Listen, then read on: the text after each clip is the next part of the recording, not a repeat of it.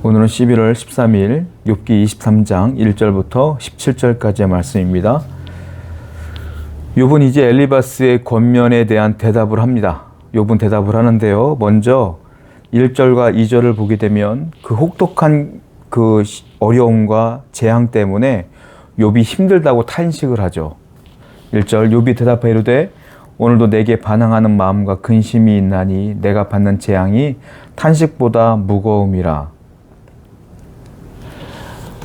즉 내가 받는 재앙이 또한 내가 반항하는 마음이 그리고 내가 근심이 있다 이렇게 말하고요.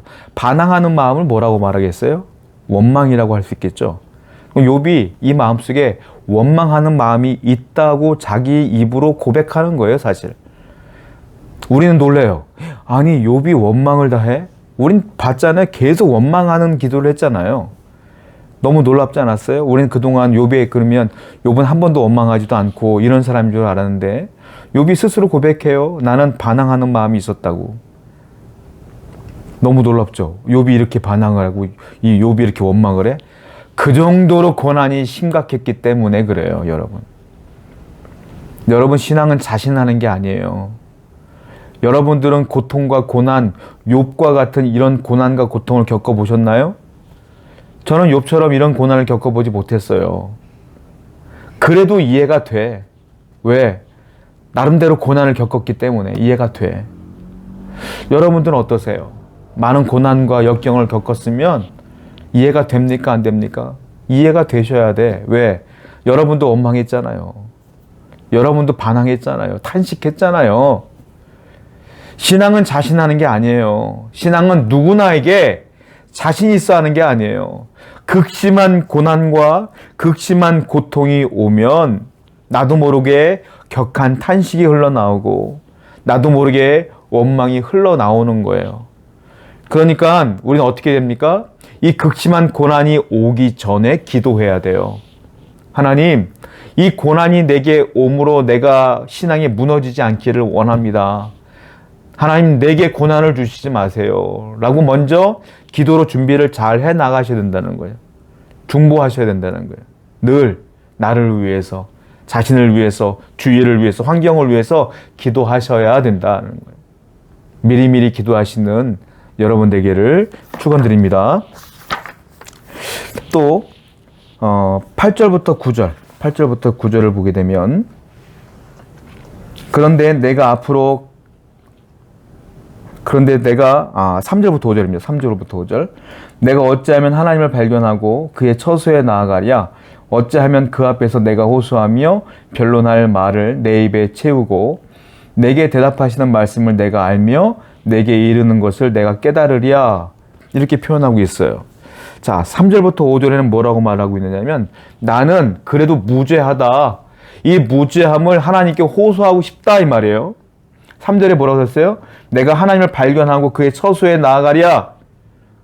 하나님의 처소에 나가서 하나님을 발견하고 하나님을 대면하고 하나님께 내 무죄함을 말씀드리고 싶다 이 말이죠. 4절 보면 그 앞에 내가 호소하고 변론하고 싶다. 그러면 하나님께서 분명히 내게 말씀해 주실 거야. 내게 깨닫게 해 주실 거야. 욥이 답답했던 것 중에 하나가 그가 왜 자녀들이 다 죽고 왜 망하고 왜 질병에 걸렸을까? 그 이유가 궁금한 거예요, 욥은. 그래서 하나님께 묻고 싶었는데 하나님은 대답을 안 해줘요. 기도해도 침묵하셔요. 그래서 욥은 계속 얘기하고 있는 거예요. 나는 분명히 믿어. 분명히 하나님의 처소에 가면 하나님이 내게 말씀해 주실 거야. 변론해 주실 거야. 그런데 중요한 게 뭐예요? 내가 그런데 아는데 믿는데 하나님을 만날 길이 없다 이거예요. 하나님과 대면할 기회가 없다. 왜? 하나님이 내가 아무리 기도해도 응답이 없으니까. 귀한 진리를 발견합니다. 뭘까요? 저와 여러분들이 하나님 만날 수 있는 길은 하나도 없어요. 여러분들이 간절하면 만날 수 있을까요? 아니에요. 욥처럼 간절할까요, 우리가? 욥은 정말로 하나님 만나고 싶어 하잖아요. 그런데 못 만나! 간절함이 만나는 게 아니에요. 뭐가 만나는 거예요? 하나님이 나를 만나줘야 만나는 거예요. 인간의 편에 섰을 때 인간이 아무리 애를 쓰고 노력해도 하나님을 만날 수가 없어요. 하나님이 직접 오셔야 되는 거야. 이게 뭐예요? 이게 은혜라. 여러분들이 예수님을 만날 수가 없어요. 예수님의 은혜를 경험할 수가 없어요. 주님께서 내게 은혜를 주셔야 은혜를 경험하는 거예요. 내가 믿음을 쟁취하는 게 아니에요. 주님께서 믿음을 줘야 내가 예수를 믿게 되는 거지. 그러니까 모든 게 뭐예요? 모든 게 은혜로다. 욥은 지금 하나님의 은혜를 구하고 있는 거예요. 내가 아무리 애를 써도 주님을 만날 수 없습니다. 내게 오세요. 나를 좀 만나주세요. 내 무죄함을 얘기해 주세요. 라고 호소하고 얘기하는 거 아니겠습니까? 8절부터 9절. 그런데 내가 앞으로 가도 그가 계시지 아니하고 뒤로 가도 보이지 아니하며 그가 왼쪽에서 일하시나 내가 만날 수 없고 그가 오른쪽으로 돌이키시나 배울 수 없구나. 내가 오른쪽으로 가도 없고 왼쪽으로 가도 없고 뒤돌아가도 없고 앞으로 가도 없어요. 누가? 하나님이. 내가 동서남북을 다 헤매도 하나님이 없어. 하나님이 침묵해. 욥은 지금 어떤 상황이냐면 하나님이 나를 만나주지 않으니까, 하나님이 침묵하니까 하나님이 나를 외면한다고 생각하고 있는 거예요. 여러분, 분명한 사실은 지금 하나님은 욥을 외면하고 있지 않습니다. 악한 사탄이 욥을 시험할지라도 하나님은 욥에 대한 시선을 걷어들이지 않고 있는 거예요.